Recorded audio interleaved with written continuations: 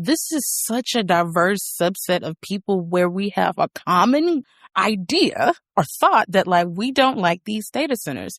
And so what I have found, which has been so remarkable to me, and I can say that I've never experienced this in my life, is what we are now calling like unusual allies, where people who likely like would never talk to each other, wouldn't even really be in the same spaces with each other, but because we have like this common enemy, like we're coming together.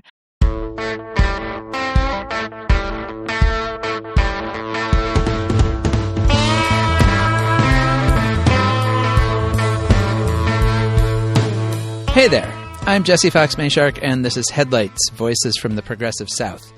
Headlights is a production of The Progressive South, a nonprofit media platform dedicated to amplifying progressive voices and values across the southern United States. You can find out more about us, including how to support our efforts, at our website, theprogressivesouth.org.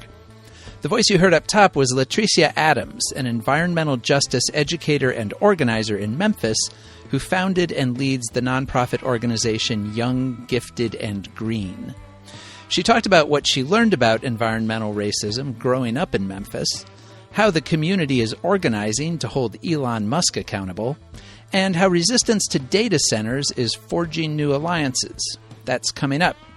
And in our arts and culture segment, as Pride Month begins, we'll remember a pioneering Atlanta native whose art wrestled with gender and transformation, often on the covers of paperback books. But first, the news roundup.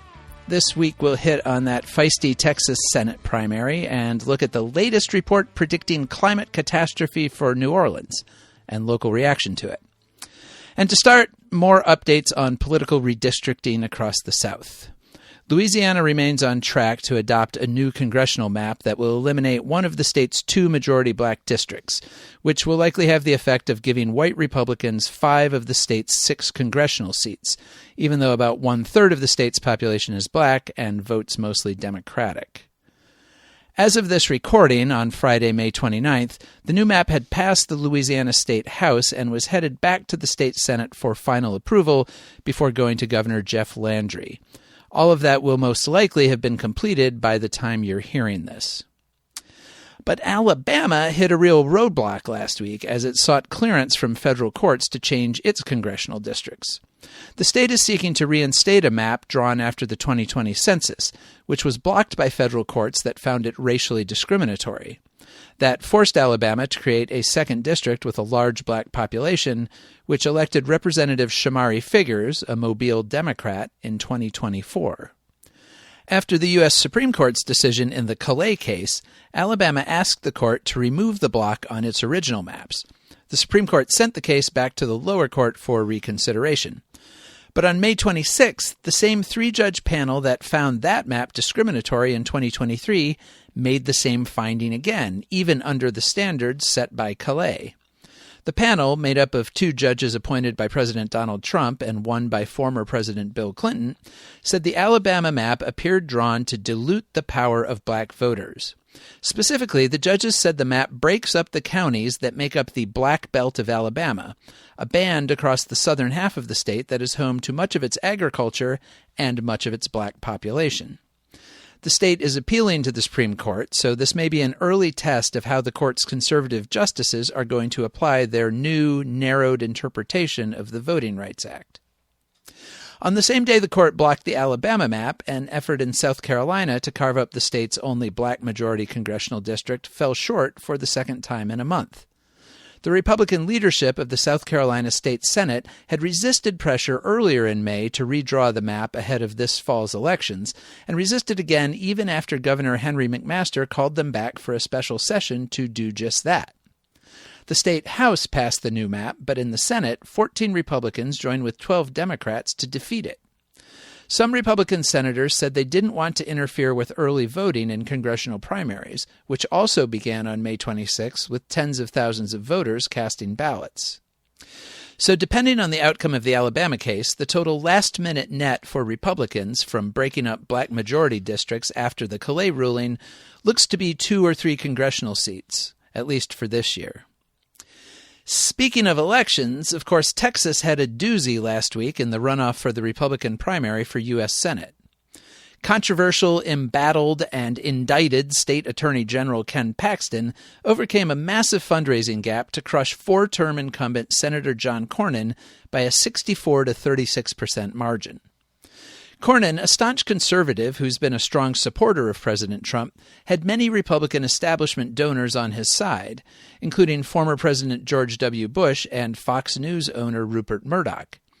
But Paxton, who has made a career out of ideological combat in his role as Attorney General, had the support of the Republican primary voting base, and also of Trump, although it's unclear whether the president's late endorsement in the race was much of a difference maker, given the scale of the win. With the primary settled, Paxton and Democratic candidate James Tallarico immediately came out swinging at each other, with lines of attack that will be very well worn by November. Tallarico and Democrats are bashing Paxton for the same allegations of corruption and scandals that Cornyn tarred him with, and Paxton and other Republicans are basically calling Tallarico names.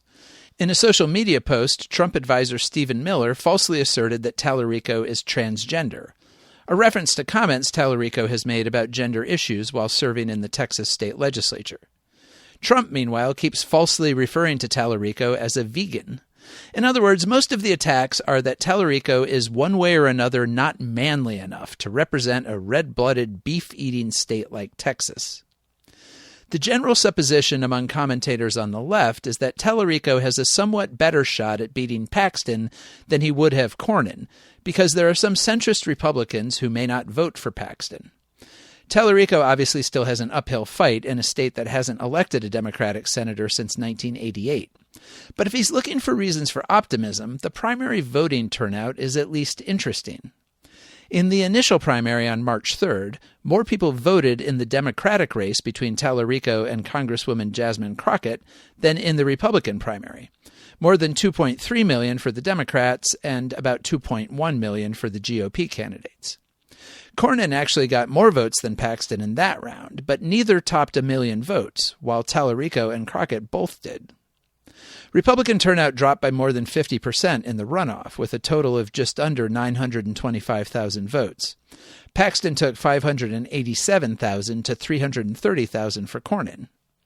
Which is to say, so far this year, Democratic voters in Texas appear more energized than Republicans. But of course, it's still a long time until November. It's not news that New Orleans faces climate-related challenges. The Crescent City famously sits in a shallow basin, and about half of its neighborhoods are below sea level. Its vulnerability to storms and floods has been demonstrated over and over during its 300-year history. But the warming climate has amplified those risks, with scientists projecting both stronger storms and rising sea levels. The most recent alarm bell came from a study in the scientific journal Nature Sustainability. It projected that sea levels in the Gulf of Mexico could rise anywhere between 3 and 7 meters, and that New Orleans could become an endangered island by the end of this century. The paper said, quote, "While climate mitigation should remain the first step to prevent the worst outcomes, coastal Louisiana has evidently already crossed the point of no return," unquote. Most dramatically, it called for plans sooner rather than later to begin to encourage people to move out of the city and the surrounding areas. All of this went viral via a detailed article on May 4th in the British newspaper The Guardian. And maybe predictably, it didn't go over too well with the people who live in New Orleans. It's not that New Orleanians are ignorant of or in denial about their precarity. It's that other people harping on at them about it gets old. An opinion column at the nonprofit media outlet The Lens by writer Christopher Ard called the Guardian article just the latest in a long string of obituaries for the city. He wrote, quote, "We here in New Orleans are acutely aware of our impending doom. Every summer thunderstorm now turns into a flood. The invasive Formosan termites are eating our oak trees and houses. The heat is the worst it's ever been. We're infested with destination bachelorette parties that rent our homes through phone apps, forcing us to live further outside of downtown with a long commute. And the earth beneath our feet is subsiding quickly, wrecking our roads, utilities, and the foundations of our homes. We know the levees are sinking, the governor doesn't like to build land, and the U.S. government doesn't care about climate change. We see it every year as our home insurance jumps by several $100s. We know. But, he said, many cities that people live in and love also face rising sea level threats, while others have earthquakes or wildfires. And dispassionate reasoning about the need to relocate a threatened population misses the magic that makes New Orleans, New Orleans. Ard noted the city has lost about 300,000 residents in the last 60 years, a trend that was well underway before it was accelerated by Hurricane Katrina in 2005. It is now down to about 361,000 people within city limits. More will probably leave, Ard wrote, but some will stay for as long as they can. He wrote, quote, "Please stop saying relocate New Orleans. That's not going to happen. You can move the cathedral to Jackson, Mississippi, the Superdome to Houston, your grandma's house in Treme to Atlanta, and it will not be New Orleans. Nowhere else will be New Orleans. We're a sinking ship that will not be here one day, just like every other city along the coast. And that's okay. Nothing is permanent, and it's that impermanence that makes us live and love so deeply here," unquote. The discourse was such that New Orleans Mayor Helena Moreno also weighed in with an op-ed at NOLA.com full of civic pride.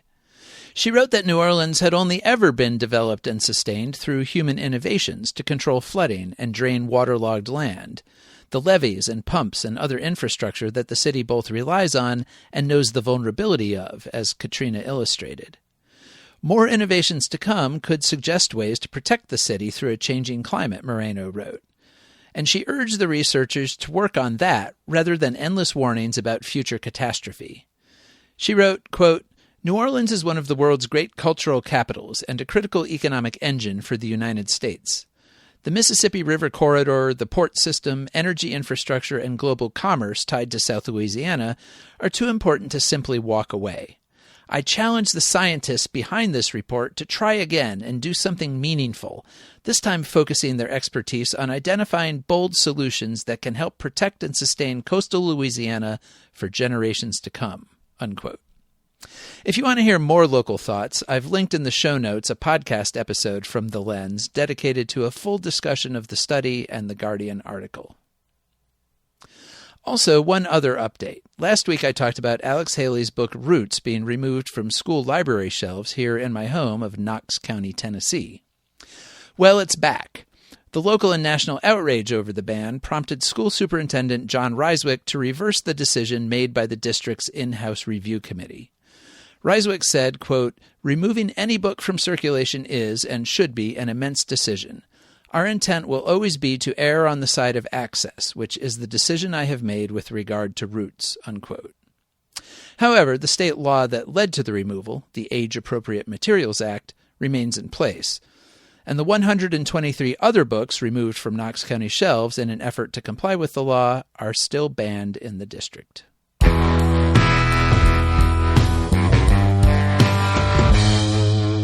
Okay, now we're to my interview with Latricia Adams. She is the founder, president, and CEO of the Memphis, Tennessee nonprofit Young, Gifted, and Green. She grew up in Memphis and graduated from the University of Memphis in 2007 with a degree in Spanish. She subsequently earned a master's in education at Belmont University in Nashville and a doctor of education at Tennessee State University. She was working as an educator in the Washington, D.C. area in 2015 when news broke of the water crisis in Flint, Michigan. Government cost-cutting exposed the city's mostly black residents to high levels of toxins in their drinking water. Like many people, Adams was outraged by the story. Unlike many people, she decided to do something about it. She traveled to Flint to help distribute clean water and heard first-person accounts of the effects of lead poisoning and other contaminants. She formed an environmental justice group called Black Millennials for Flint, which over time morphed into Young, Gifted, and Green. With programs in Memphis, Flint, Baltimore, and Washington, D.C., it trains young people in environmental activism. It offers programs for middle, high school, and college students, including a Youth Environmental Justice Council that students serve on for 1 year, developing leadership skills. Other programs are aimed at millennials and Gen Zers in their 20s, 30s, and 40s. All of them focus on raising awareness of climate and environmental issues and providing tools for effective organizing and action. In Memphis, the organization has in recent years worked with the coalition Memphis Community Against Pollution to focus on issues surrounding Elon Musk's massive xAI data center project and its impact on local air and water. All of that was why I wanted to talk to Adams to hear more about her work. We had a really good conversation, so Seth, let's go to the tape. All right, Latricia Adams, thanks so much for joining me.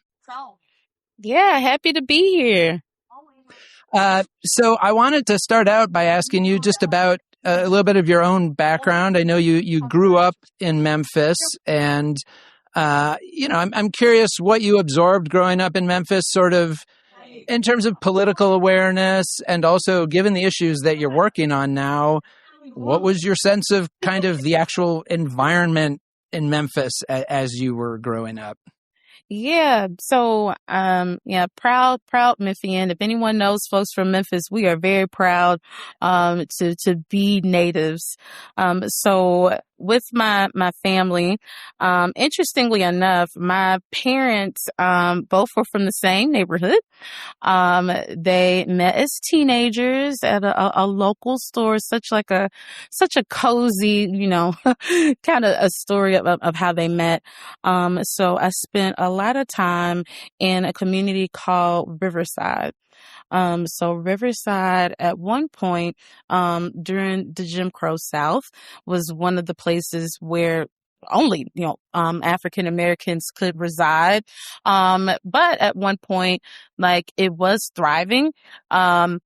He definitely started to see like the rise of the Black middle class, but over time, we started to see a significant amount of divestment. And little did I know at that point, that it is definitely a frontline community.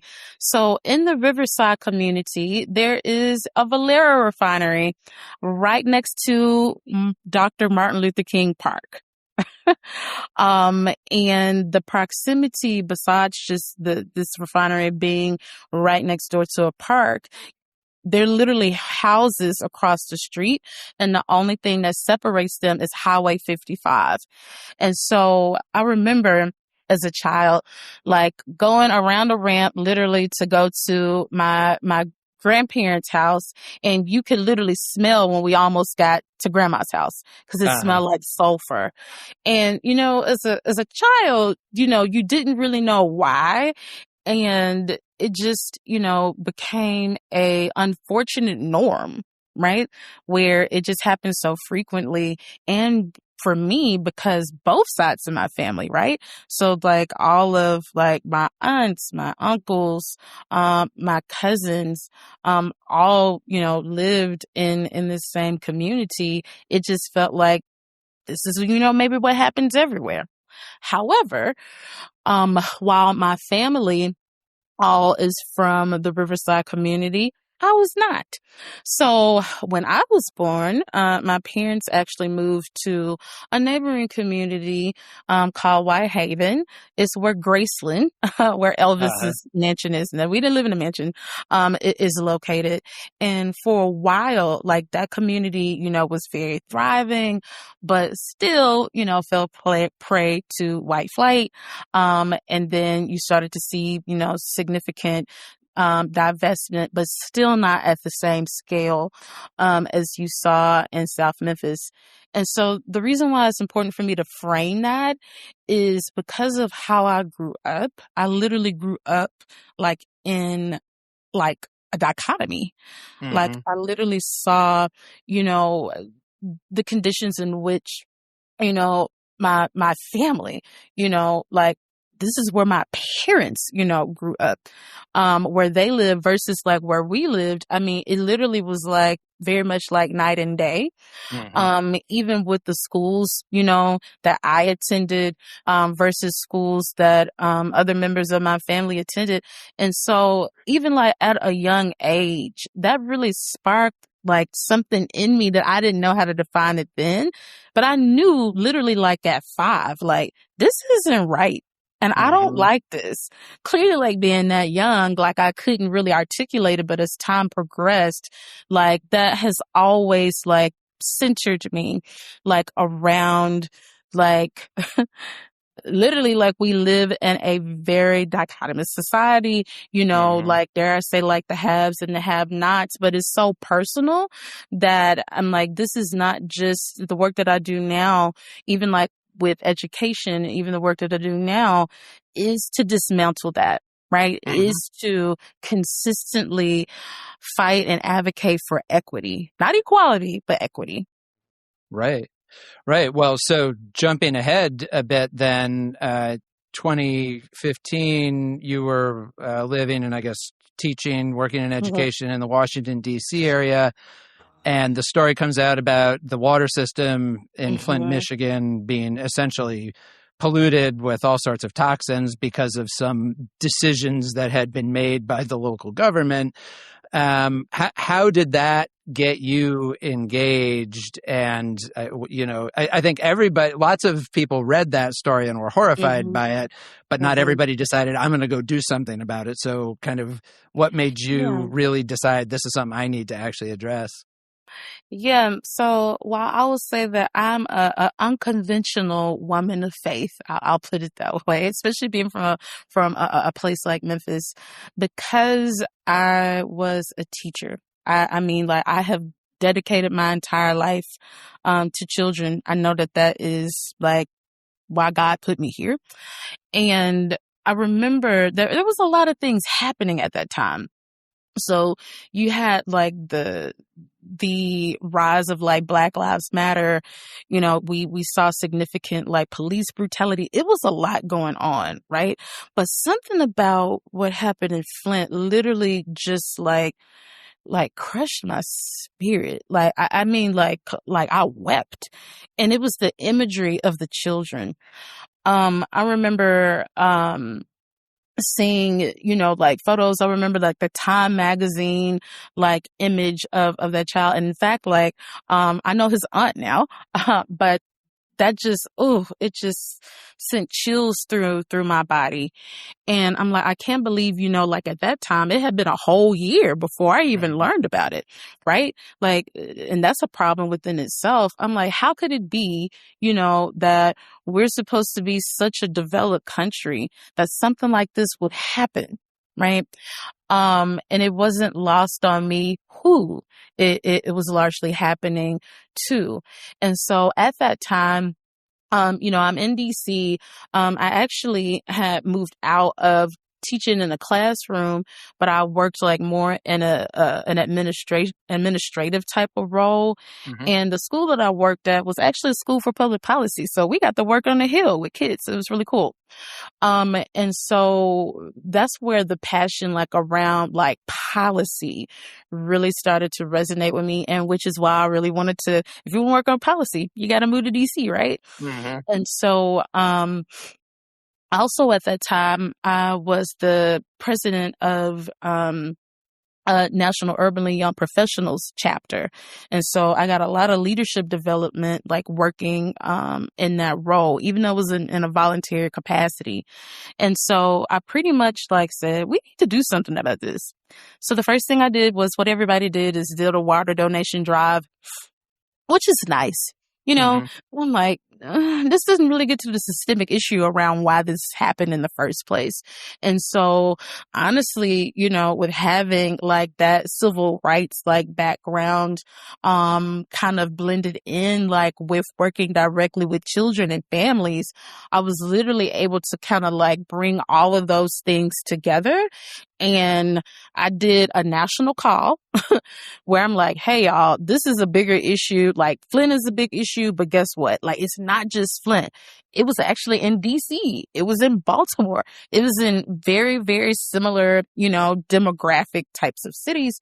And so, on February the 10th, 2016 is when we had this national call. People ask like, why did we used to be called Black Millennials for Flint? It's so basic. That's literally who was on the call. It was nothing fancy about it at that time, over a decade ago. Millennials used to be the youngest. Gen Z weren't adults yet. We were the youth, right? Oh, to be young. And so, things moved very quickly.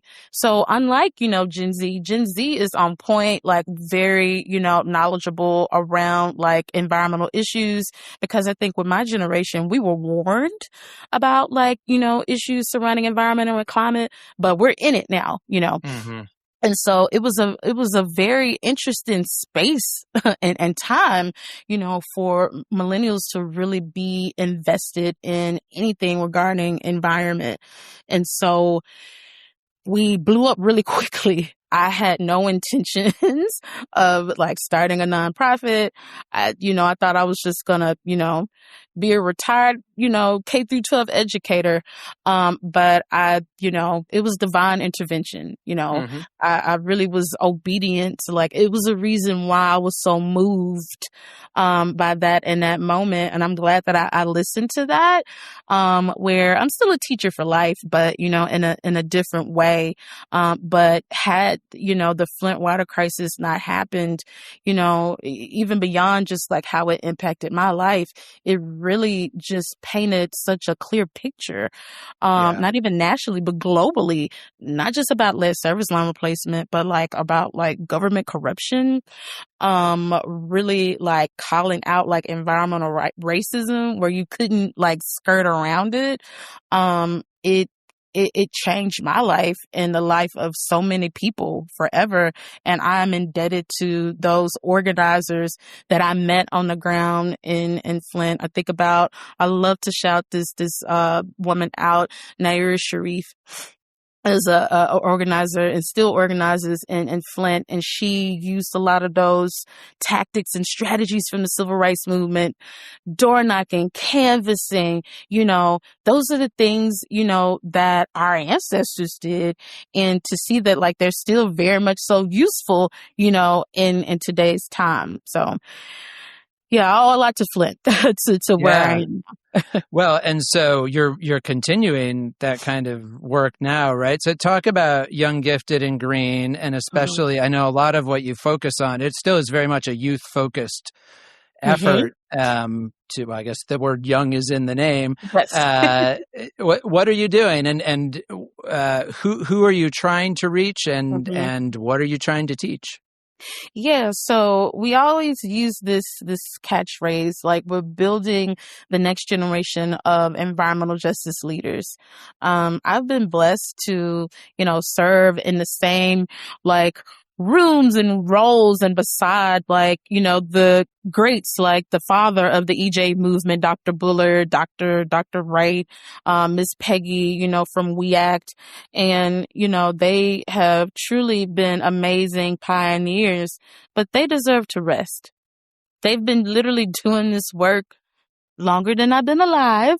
And it's really important for us to continue that work because we're not done. They made so many sacrifices, and I think that it is the next generation's responsibility to like take that work up. And so part of what we do with Young, Gifted, and Green is we really focus on leadership development and community organizing. And I always have to tell folks like, everybody doesn't have to be an activist. Activists are very important, but activists are a bit different than community organizers. They're different than like strategists.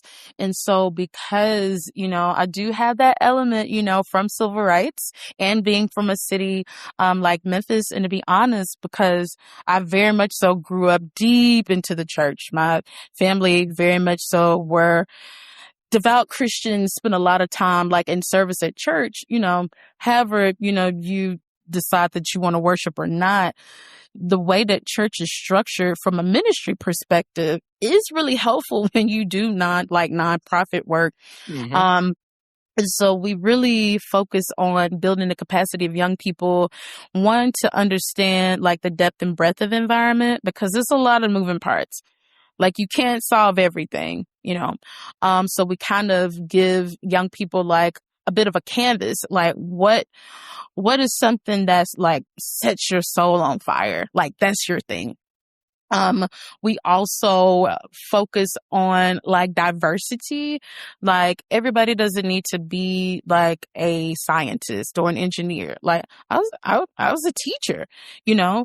And so that's really cool that we not only just focus like on young people. And I say young people like millennials, even though we're grown and Gen Z and now Gen Alpha, as well. We have young people as young as like the 6th grade. And so they go to city hall meetings. They engage with legislators. They engage with rulemaking, like they literally engage, with agencies. They set their own agenda, like based on what they desire to see within their own respective communities. The teacher in me still wants them to have skills.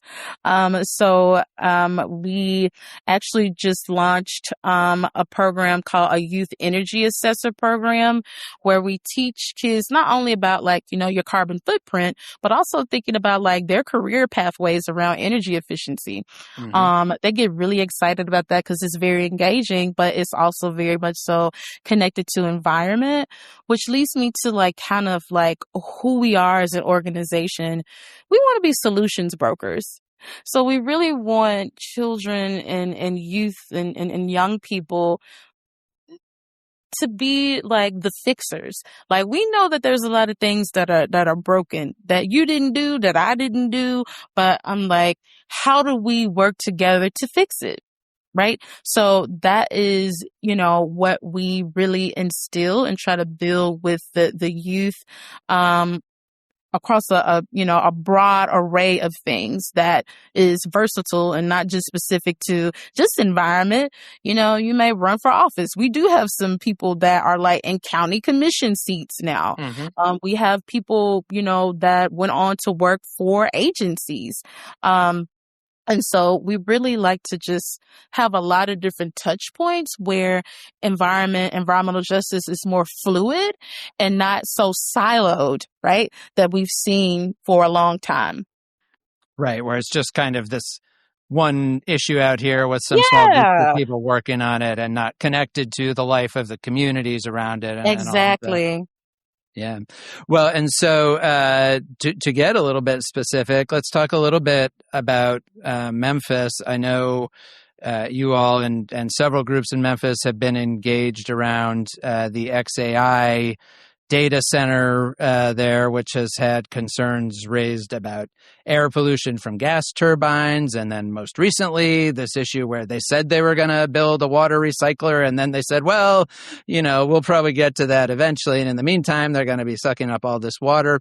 And all of this is happening, I know, just a few years after a fight over a pipeline that was going to come through, essentially the same part of town. And that was successfully pushed away.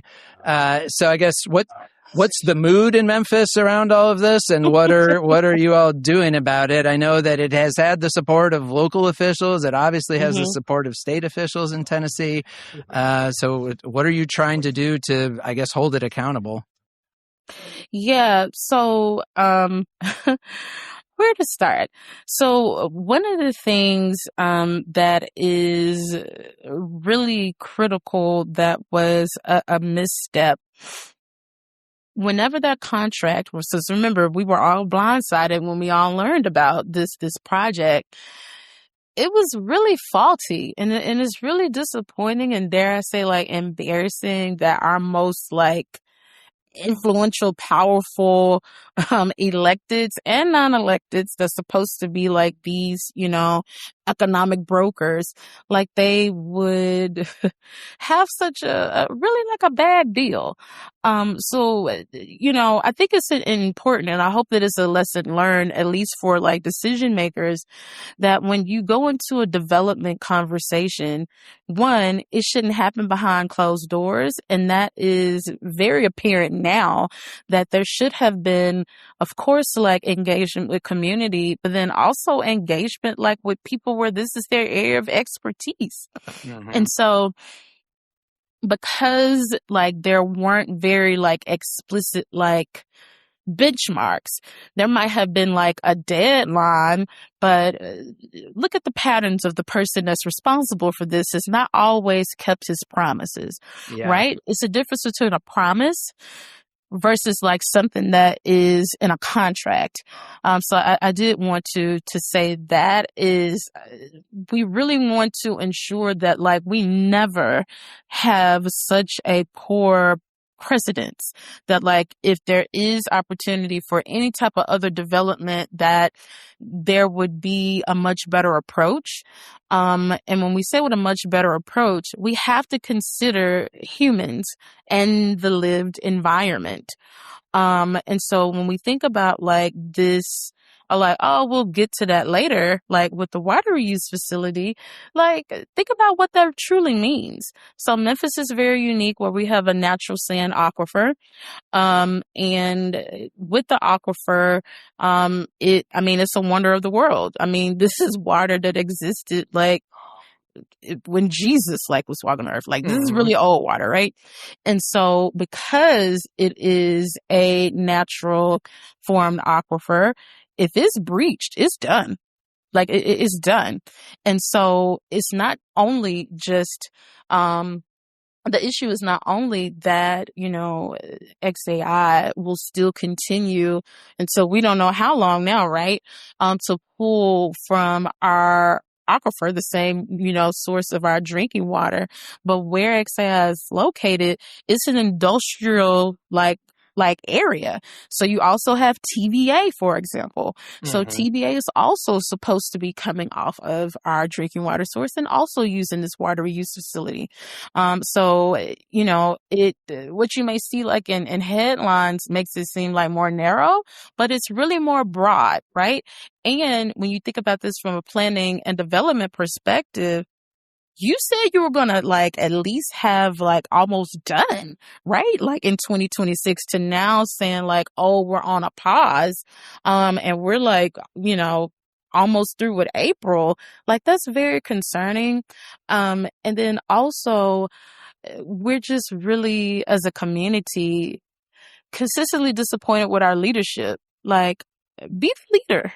This is unacceptable, and so some of the things that we are doing as a community, I want to uplift Protect Our Aquifer, who has been remarkable with the work around the water reuse facility, with making sure that we understand what this means because it's very technical. I also want to lift up Memphis Community Against Pollution, where we do work in coalition.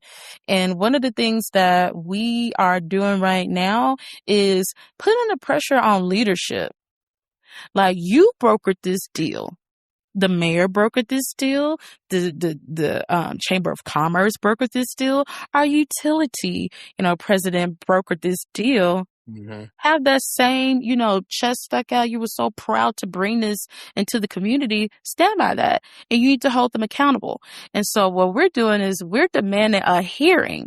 There needs to be a hearing with XAI, with everybody that was involved. So with XAI, with Memphis Light, Gas and Water, with the Department of Public Works, because if this was any other entity, would they not be held, to this same type of standard? Right? I'm like, they have to maintain their leverage because if they don't get this right, it opens up Pandora's box for industry to run our city as opposed to a fair democratic process where it's actually those who we checked off on a ballot box who's making the decisions for our city. So we are getting ramped up, to really put the pressure on our leadership because the owner of XAI, they're not the mayor. They're still private sector. We're calling on those leaders of our city to hold private sector accountable. Right. All right. Well, maybe to wrap up, I wanted to move from the local picture to the broader, the national picture, thinking about working in environmental justice, working on issues of environmental racism. These are terms that our current administration in Washington has more or less declared war on. I mean, the EPA is deleting every reference they can find to environmental justice and environmental racism. almost as if not talking about it makes it go away. So I guess, how are you all who work in the field responding to that, and A, not getting dispirited, but B, thinking about, thinking beyond this administration? And what are the things that you're kind of trying to either keep alive or put in place to be able to push on when the environment changes? You know what? We are in such a very unique space for more reasons than one. And I'm actually going to use data centers as the example. So even though, the terminology, like you can't say climate, you can't say environmental justice, like you can't say, all these various things. But what we can say all together is everybody is really upset about these data centers. This is uniting the country. I mean, you have Northern Virginia, one of the, richest areas, in the country, suburbs outside of DC, to like Memphis, to the Midwest, and Michigan, and rural farmland. This is such a diverse subset of people where we have a common like idea or thought that like we don't like these data centers. And so what I have found, which has been so remarkable to me, and I can say that I've never experienced this in my life, is like what we are now calling like unusual allies. Where people who likely like would never talk to each other, wouldn't even really be in the same spaces with each other, but because we have like this common enemy, like we're coming together. And so I even think about, from a personal perspective, because of, our work that has been happening in Memphis and it's like gone viral, right? We've been called into communities, to be honest, like I never even heard of before, to provide support on strategy, because, from an EJ community or from a large, Black, Latino, Indigenous, or tribal community, we're accustomed to having to resist and organize. But when you talk about like rural communities, when you talk about even like the suburbs, they are not like used to this, right? And so it's been really, I can't even really describe the feeling for people from communities that are like exactly up and down the exact opposite of mine, or people that look like me, that trust that like these strategies work, and asking like, can you help us? That's beautiful. And, not to like sound so sappy, but I would be remiss not to acknowledge like what Dr. King's dream was, but not the like I have a dream speech, but with the Poor People's Campaign. Poor People's Campaign, like he got it. He was just like, hey, we really have the same enemy. Like, like these rich people are creating, like divisive things among quote unquote common folk, but it's really, these like rich billion trillionaires that are robbing us blind. And I think that like this is like a point of reckoning for this country in the most unusual of times, right? When we are like from a social perspective, very divisive, very like nasty things that we see, whether it be on traditional media or in digital media. I think that it's an opportunity. One, where I know maybe we do have to adjust our language a little bit, and it is a point of reckoning, even as an EJ leader, where I have to listen to people when they say, well, when you say EJ, that makes me feel like that's not for me if I am a white person. I don't want you to feel that way, because I want you to know that you also live in a community that's polluted.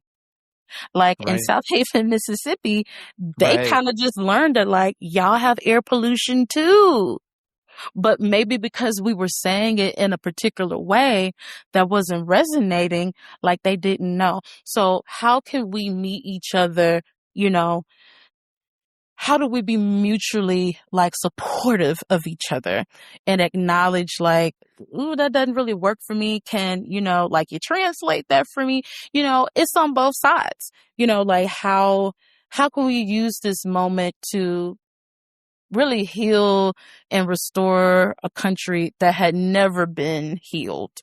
And maybe that's just me being extremely optimistic, but I just feel it. I feel it in my bones. Like this is an important moment in time right now. Yeah.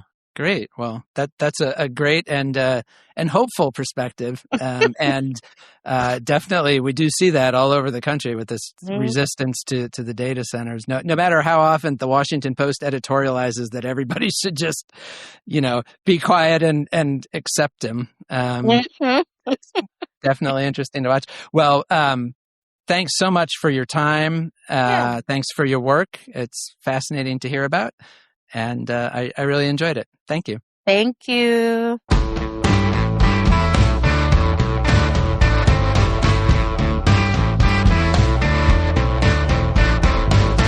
It's June, which means it's Pride Month, even if here in Tennessee, the state legislature has decided to brand it as Nuclear Family Month. We'll be talking about LGBTQ issues across the South throughout the month, and also highlighting some voices from the South's array of queer communities, which you can find in every city and town across our region. This week, I want to highlight an artist who I just recently became aware of, although she was well known in some circles during her career. Jeffrey Catherine Jones was a transgender woman who was born in 1944 and grew up in Atlanta.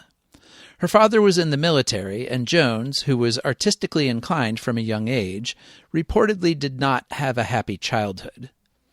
After graduating from Georgia State University with a degree in geology and a keen interest in Vermeer and Rembrandt, she moved to New York City to pursue art full-time. In the mid-1970s, Jones rented a loft space in Manhattan with 3 other artists, and that's where she did what would become iconic work in the fields of fantasy and weird fiction. If you know Jones's work at all, it may be like I did without even knowing her name, as covers to paperback sword and sorcery and science fiction books by writers like Fritz Leiber and Andre Norton. She painted mysterious figures and hostile landscapes with dazzling colored skies and celestial bodies. Although she did not come out as transgender until the late 1990s, there are suggestions throughout her work of fluidity and metamorphosis. As the horror website Long Box of Darkness wrote in an appreciation in 2024, quote, "Her figures often seem caught in a state of transformation or revelation. They're heroic, yes, but also vulnerable and deeply human," unquote. That article includes several of Jones's most notable works, and you can find it linked in the show notes. Jones died in 2011 at the age of 67. She had suffered from emphysema and bronchitis. In an obituary in the Comics Journal, writer Steve Ringenberg wrote that Jones's personal journals showed that she had struggled with issues of gender her whole life. Using masculine pronouns, he wrote, quote, "Having grown up as a product of the patriarchal 1950s with a domineering war hero father, Jones did not know how to cope with his yearning to be female and felt ashamed. For years, he tried to drown these feelings in alcohol, but after much soul-searching, Jones realized that although he'd been born male, inside he was a woman. He began hormone replacement therapy in 1998 and set out upon a new phase of life as a woman, changing his name to Jeffrey Catherine Jones," unquote.